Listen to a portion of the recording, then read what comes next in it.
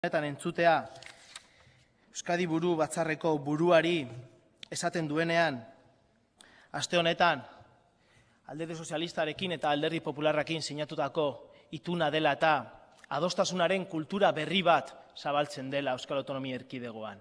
Berria, aurpegi gogorra eduki da. Borroka ekologistan aspaldidanik gabiltzanok badakigu hiru alderdi horiek beti eskutik helduta egon dira interes ekonomiko batzuk lehenesteko eta ingurumena zapusteko. Geur, harrobiak eta frakina. Atzo, abera handiko trena. Herenegun, boroa. Eta lehen, lemoiz. Eta adibide gutxi batzu die. Beti eskutik helduta. Adostasun kultura hori oso zarra da herri honetan.